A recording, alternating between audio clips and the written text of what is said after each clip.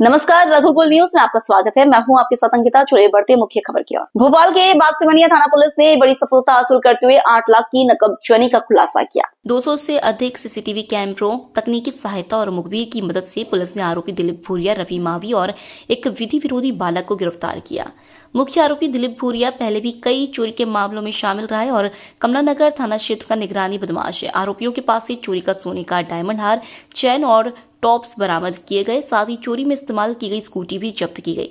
Police ने team बनाकर आरोपियों की तलाश की और गुजरात की सूरत तक पहुंचकर दिलीप भूरिया को गिरफ्तार किया।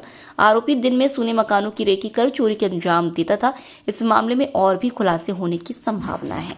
बाग मुगलिया की एक नकबजनी हुई थी पिछले साल 24 दिसंबर 24 को, तो वो हमने खुलासा किया हुआ है।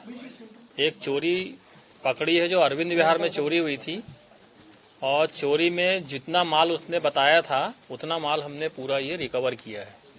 ये कि सोने का डायमंड का हार है, सोने की चेन है और सोने की ये टॉप्स हैं। और जिस वाहन से वो लोग आए थे, स्कूटी डिक्की से, वो तो करीबन 8 लाख रुपए का माल बरामद किया है। और इसमें हमने 3 चोरों को पकड़ा है। 3 चोर में से एक जो मेन चोर है, जो पूरी चोरी करवाने का उसका दिमाग है, किस प्रकार से चोरी करवाना है, फिर माल को कैसे खपाना है, कहाँ ले जाना है, वो दिलीप भूरिया नाम का व्यक्ति है, 26 साल का। ये थाना कमला नगर का पुराना नकबजन है। इसके खिलाफ पहले से ही 8 चोरी के मामले दर्ज हैं। और दूसरा एक थाना कोतवाली झाबुआ का है, रवि मावी। इसके खिलाफ भी चोरी के अपराध दर्ज हैं। और एक ऐसा बालक है जिसने अपराध तो किया है, परंतु उसकी उम्र 18 वर्ष से कम है, यानी कि वो विधि का उल्लंघन करने वाला बालक है, जिसका नाम हम नहीं बता रहे हैं, ना हम पता बता रहे हैं, ना हम उसका फोटो डिस्क्लोज कर रहे हैं। तो ये भी उसमें शामिल है। और ये घटना वैसे होती है कि जहां भी सूना मकान है, पहले रैकी करना और फिर उसमें छोटे बच्चों का उपयोग करना, अंदर ताला तोड़ करके, यानी छोटे बच्चों का उपयोग करके ये चोरी करवाई गई है। तो ये बहुत मेहनत से पकड़ा है थाना बागसिमनिया की टीम ने, और ये बहुत आसानी से पकड़ा नहीं गया है। चोर बड़ा भागता फिर रहा था और पुलिस इसका लगातार पीछा कर रही थी। तो माल भले ही आपको लगे कि 3 ही है, पर ये बहुत कठिनता से पकड़ा गया है। और इस प्रकार से ये है कि अगर ये पकड़ा गया है तो हमने और कई चोरियों को रोकने में भी अंकुश लगाया है, क्योंकि जब चोर जेल में रहेंगे तो चोरी नहीं होगी।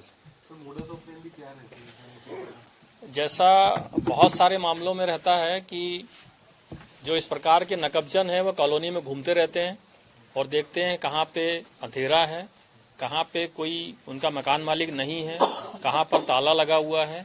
उसके सब जानने के तरीके सबके अलग अलग हैं कि कोई पेपर देख लेता है, कोई ताला देख लेता है, कोई नाली का पानी सूखा है ये देख लेता है, यानी वो श्योर हो जाता है कि इस मकान में अब कोई नहीं है, वो बाहर गया हुआ है।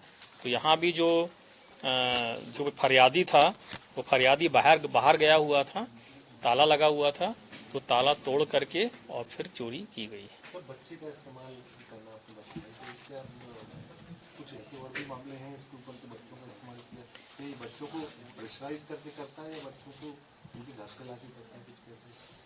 अब बच्चे किसी भी तरह से जुड़ गए उस अपराधी के साथ में, बड़े जो बालिग अपराधी है, ऐसी कई घटनाएं हैं जहां पे हम नाबालिग बच्चों का अपराध में उपयोग पा रहे हैं। और ये और भी अपराध हैं इससे। दिन के समय चोरी करता, रात के मुकाबले क्या दिन में आसानी रहती है? जो हमारा कटारा क्षेत्र है, बाग मुगलिया क्षेत्र है, इस तरफ जो है दिन में भी आसानी रहती है। आजकल में कई ऐसी चोरियां आई है सामने अभी तक जो दिन में ही ज्यादा चोरी। हाँ, दिन में चोरी हो रही है। दिन में जो है वर्किंग पे चला गया, अगर मान लो घर में कोई नहीं है और अगल बगल वालों को कोई मतलब नहीं है, तो बड़े आसानी से दिन में भी चोरी हो रही है।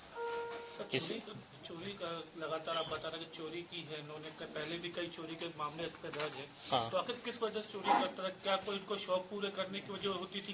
कई मामलों में ऐसा देखा कि शौक पूरे करने के लिए होता है क्या, या इसके अलावा भी कुछ क्या कर्ज की बात है इसमें? क्या मोटिव रहा है इनका चोरी करने का? देना चाहोगे? इसको एक बार लत लग गई है, चोरी से आसानी से पैसा मिल रहा है, मेहनत मजदूरी भी करते हैं, बेसिकली रहने वाले यहीं के हैं, झुग्गी बस्ती में रहते थे। मेहनत मजदूरी का काम भी है, लेकिन इसके साथ चोरी भी करते हैं। ऐसे कर्ज वर्ज वाली कोई कहानी नहीं है। कहाँ ठिकाने लगाते थे चोरी का सामान? यही सब अभी तक जो इन्होंने चोरी करी थी पिछली वाली, तो वो हबीबगंज में भी एक इन्होंने बड़ी चोरी करी थी, जिसमें सभी गिरफ्तार हुए थे। और वर्तमान चोरी में अभी माल, चूंकि जिस तरीके का माल था, डायमंड का सामान था, तो इन्होंने प्रयास जरूर किया था, उसको ठिकाने नहीं लगा पाए थे। अभी एक मंगलसूत्र के बारे में हमारी पूछताछ अभी शेष है, और उसके लिए हम इनको पुलिस रिमांड पर ले रहे हैं। गुजरात गए थे क्या? गुजरात हाँ, में बेचने के गुजरात। बाद में? हाँ, वो कारण ये है कि जो दिलीप भुरिया है वो गुजरात का रहने वाला, रवि मावी भी गुजरात का झाबुआ का रहने वाला है। झाबुआ से गोधरा और गोधरा से वडोदरा और सूरत, ये वो क्षेत्र है जहाँ पर झाबुआ क्षेत्र के बहुत सारे लोग कामगार रहते हैं, मजदूरी में अपने आप को संलिप्त कर लेते हैं और ये बताते हैं कि वहाँ पे काम कर रहे हैं, जबकि यहाँ पर घटना करते हैं और यहाँ से वहाँ भाग जाते हैं। पिछली चोरी में भी सेम इनकी मॉडस ऑपरेंडी थी कि यहाँ पर चोरी करने के बाद ये झाबुआ भाग गए थे और झाबुआ से गुजरात चले गए थे, कुछ दिन वहाँ मजदूरी करी थी।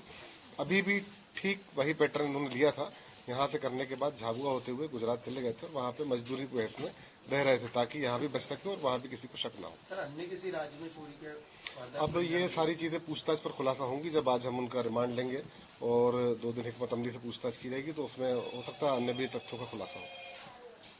Thank you.